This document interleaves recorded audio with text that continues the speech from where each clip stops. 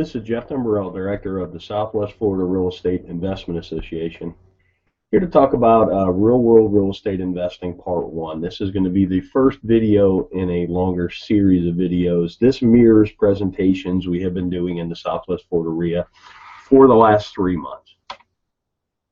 Disclosure, we're sharing our own experiences and knowledge with you. Please do your own due diligence before utilizing anything here. This is not to be construed as investment advice, and you should seek competent counsel before trying this at home. In the past 3 years, we've assisted and advised and had ownership interests in several private equity entities that employed over $14 million in capital in the Florida market, which gave us not only unique insight as to the amount of business we've done, it also gave us some great insight into how institutionalized investors employ capital. Number one key to being successful is to understand what you're there to do. In my opinion, this is the most important thing. There's so many people running around the world. There's a lot of people wanting to run around and try and do real estate investing. They take courses, they read books, they go to meetings, but they really don't know what they're there to do. They really haven't spent that critical time understanding what you're here to do, what's your mission, what's your goals. I mean, without having any goals, it's hard to achieve any goals, if that makes any sense. From our experience, the clearer the plan you have, you will be able to operate with a margin of safety. And that's the key word in this business, a margin of safety, because the ones that survive, last, and grow true wealth are the ones that don't make mistakes or make mistakes that you can recover from.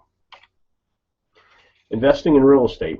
Investment is the purchase of an asset or an item with the hope that it will generate income or appreciate in the future and be sold at a higher price. Keyword, the future for investing.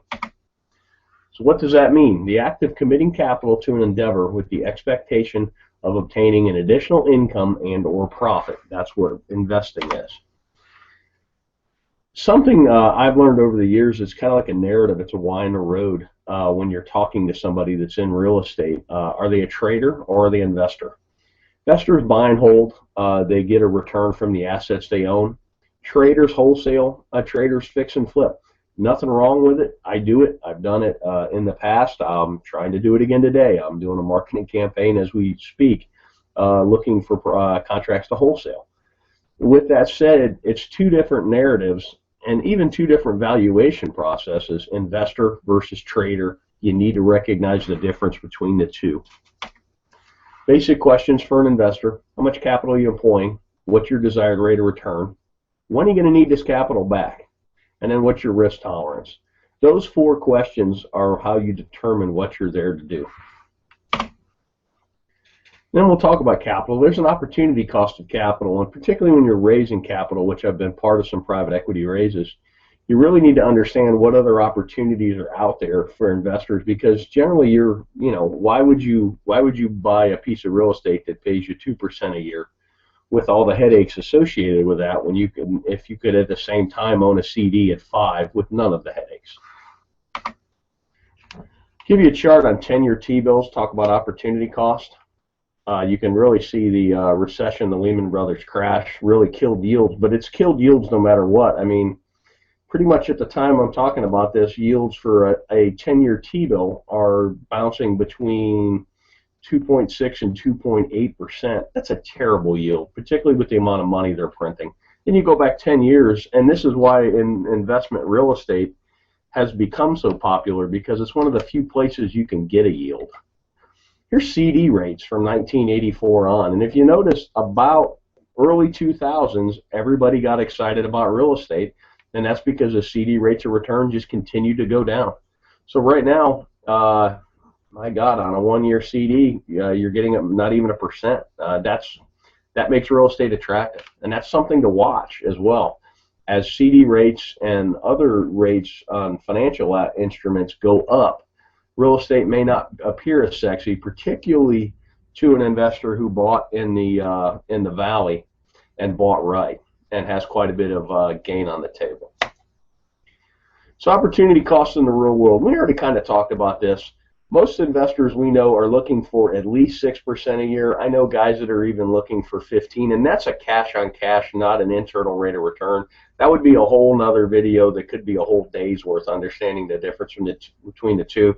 But what here I'm talking about is a yearly cash on cash return. And you got to be mindful of unrealistic expectations. I've seen people that have pitched 30% returns, and I've seen investors that are looking for 30% returns. And it's really hard to do. There's a lot of randomness and a lot of happenstance, and you're going to lose a lot more than you're going to win when you're dialing up those kind of deals. Unrealistic returns can lead to bad decision making because you seem to be chasing the golden goose instead of chasing a stable investment that pays you to own it. Let's talk about risk tolerance. These are two great quotes by Warren Buffett. And risk tolerance is really age dependent and your financial situation dependent as well. But here's a great quote. Look at the market fluctuations as your friend rather than your enemy. Profit from folly rather than participate in it. And that's most real estate investors. You're supposed to be a contrarian. I kind of put the world in, you're either a salmon or you're a lemming. You're either running with the crowd or you're running against the crowd. And here's another great one. The main danger is that the timid or beginning investor will enter the market at a time of extreme exuberance and then become disillusioned when the paper losses occur. The key is to not panic and do math-based risk assessments and then math-based evaluations and then sit down and decide what you're doing. You could have bought a home in Cape Coral, Florida at the height of the market at 320 and paid cash, held it all the way through the crash, and still got a better rate of return than CDs, and it's a terrible investment because your basis is so high. Or if you trade it out, you would literally be losing money.